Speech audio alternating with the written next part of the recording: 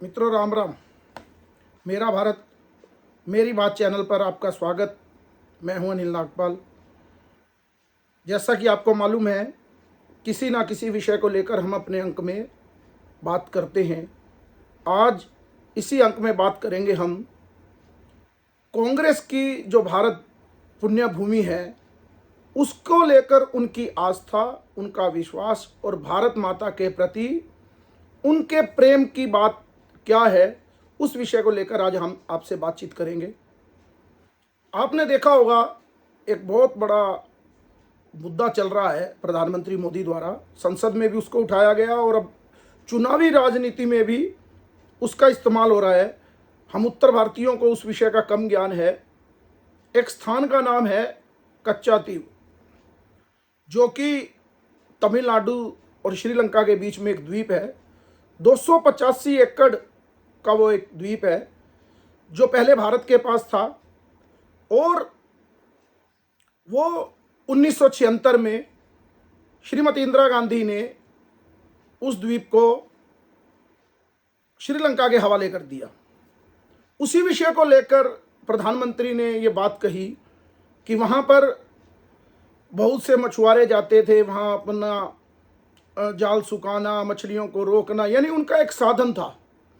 जब से वो द्वीप श्रीलंका सरकार के पास गया, वहाँ के लोगों की कठिनाई हो गई और 1991 में 91 में तमिलनाडु की प्रदेश सरकार ने विधानसभा में एक प्रस्ताव भी पारित किया कि ये कच्चातीव जो द्वीप है वो समझौता रद्द करके उसको भारत में मिलाना चाहिए।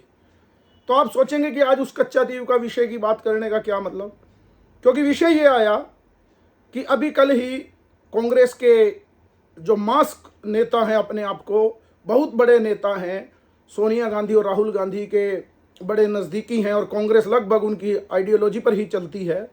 उनका नाम है दिग्विजय सिंह, जो कि मध्य प्रदेश में भी 10 वर्ष मुख्यमंत्री रहे। उन्होंने एक बयान दिया। उनसे किसी पत्रकार ने पूछा कि कच्चातीव को लेकर आप क्या कहना चाहेंगे। उन्होंने एक बयान दिया कि कच्चातीव में कौन रहता है, वहाँ कोई जनसंख्या थी जो उसके बारे में आप बात कर रहे हो, उसका हमारे से क्या लेना देना। यानी वो भारत भूमि जो हमारी भूमि है, अगर उस पर कोई नहीं रहता तो उसका हमसे क्या लेना देना।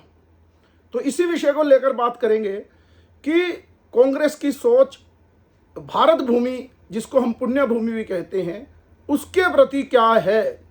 आपको ध्यान होगा कि कांग्रेस ने इससे पहले कितनी बारी अपनी भूमि को विदेशियों को दे दिया या उन पर विदेशियों ने कब्जा किया, लेकिन कांग्रेस सरकार ने उसके लिए कोई काम नहीं किया। आपको अक्साई चीन का भी पता है और पीओके का तो आपको पता ही है, क्योंकि वो हमारे नज़दीक है, इसलिए हमें ध्यान रहता है और उसका विषय भी बहुत बार उठता है कि पीओके भारत में कब शामिल होगा। तो 43,000 वर्ग किलोमीटर यानी 38,000 इस समय पीओके के पास और 5,000 जो पीओके यानी पाकिस्तान ने चीन को अपनी ज़मीन उसमें से दी, 5100 वर्ग किलोमीटर, लगभग 43,800 किलोमीटर के लगभग वो ज़मीन हमारी भारत की भूमि वो विदेशियों के पास है, पाकिस्तान और उसके चीन के पास। तो विषय ये आता है, क्या दिग्विजय सिंह ने ये ऐसे ही कह दिया? असल में ये लगता है कि कांग्रेस की जो प्रकृति है, कांग्रेस की जो सोच है, उसको इस भारत भूमि से कोई प्रेम नहीं। कोई ज़मीन जाती है तो जाती रहे।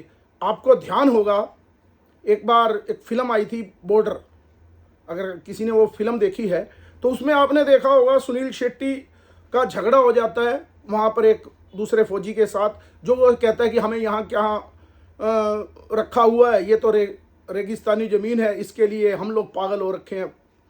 लेकिन सुनील शेट्टी को उस फिल्म में बहुत क्रोध आता है और उसमें वो उसके साथ झगड़ा करता है कि तू मेरी भारत माँ को अपमानित कर रहा है, चाहे ये रेत के टिब्बे हैं लेकिन ये मेरी माँ है। तो हम भारतीयों की ये पुण्य भूमि भारत माँ, जिसको हम भारत माता कहते हैं, पूरे विश्व में कोई ऐसा देश नहीं जो अपने देश को माता कहता हो, लेकिन हम भारतीय अपनी माँ को माता कहते हैं। क्या माता के या माँ के हाथ कट जाए, कुछ हो जाए तो हमें कोई फर्क नहीं पड़ता। इनकी दृष्टि क्या रहती है, उसी विषय पे जो मैं कहना चाह रहा था। आपको ध्यान होगा, जब तिब्बत पर चाइना का कब्जा हो गया, क्योंकि पहले तिब्बत भारत का हिस्सा था, फिर तिब्बत अलग देश बना, तो संसद में एक बात हुई, मैं संसद को कोट करके कह रहा हूं, संसद में एक विषय जब ये आया कि तिब्बत को चाइना ने कब्जा कर लिया है, तो उसके बारे में प्रधानमंत्री कुछ कहें। तो यही जो विषय आज दिग्विजय सिंह ने रखा, वही विषय प्रधानमंत्री तत्कालीन जवाहरलाल नेहरू ने रखा कि तिब्बत में तो कोई घास का टुकड़ा भी नहीं होता। सच्ची बात है, तिब्बत में घास का टुकड़ा नहीं होता, क्योंकि मैंने भी कैलाश मानसरोवर की यात्रा की है, तो वहाँ पर बिल्कुल तिब्बत से ही होकर जाना पड़ता है, तो इतनी छोटी छोटी घास और फूल भी बिल्कुल छोटा छोटा होता है। लेकिन वो सामरिक दृष्टि से हमारा है, क्या सियाचिन है, उस पर भी कोई नहीं रहता, उस पर भी घास का दाना नहीं उगता, क्योंकि जहाँ बर्फ़ होगी, बहुत ज़्यादा बर्फ़ डलेगी, तो वहाँ ऑक्सीजन की कमी होगी, तो वहाँ कोई घास का टुकड़ा तो उगने से रहा। तो उस समय प्रधानमंत्री नेहरू ने कहा कि उसमें तो घास का तिनका भी नहीं उगता, तो अगर वो क्षेत्र चीन के पास चला गया तो क्या हो गया। उस समय हमारी इसी सोनीपत लोकसभा के एक सांसद थे महावीर त्यागी, उन्होंने संसद में बड़े आराम से इस बात का जवाब दिया। उन्होंने नेहरू जी से पूछा, क्योंकि उनके सर पर भी बाल नहीं थे और नेहरू जी के सर पर भी बाल नहीं थे, तो उन्होंने अपनी टोपी उतारी, महावीर त्यागी जी ने, उन्होंने कहा कि नेहरू जी, आपके और मेरे सर पर भी ये देखो बाल नहीं है, यानी कि तिनका नहीं उगता, हमारे सर पर भी अब तिनका नहीं उग रहा, तो क्या हम अपनी गर्दन कटवा दें। यानी जिस जगह पे अगर कोई चीज़ पैदावार नहीं होती, यानी परिवार में कोई व्यक्ति अगर लाचार हो जाए, तो क्या उसको काट दे। तो ये सोच उस समय महावीर त्यागी जी ने कही। तो ये सोच आज से नहीं है कांग्रेस की, ये सोच कांग्रेस की तब से है, जब से इस कांग्रेस की स्थापना हुई और नेहरू जैसे व्यक्ति इस कांग्रेस को चला रहे हैं। और आज तक वही परिवार और उनके जो कथित सलाहकार दिग्विजय सिंह जैसे लोग और बहुत से लोग हैं जो इस विषय को रखते हैं, तो इससे अंदाजा होता है कि कांग्रेस को इस भारत माता से कोई मतलब नहीं, उन्हें केवल सत्ता से ही मतलब है। कोई जमीन जाए आए उनको कोई मतलब नहीं, क्योंकि ये साबित करता है, ये बात अभी कल का ही बयान है, आप देख भी सकते हैं, बहुत मीडिया में और हर जगह उनके इस बयान की चर्चा भी है। तो मेरा कहना यही था कि कांग्रेस की जो सोच है वो भारत के प्रति कैसी है, उसी विषय पर हमने आज आपसे बात की। मेरे इस चैनल को अगर आपको पसंद आए, लाइक कीजिए, सब्सक्राइब कीजिए, शेयर कीजिए।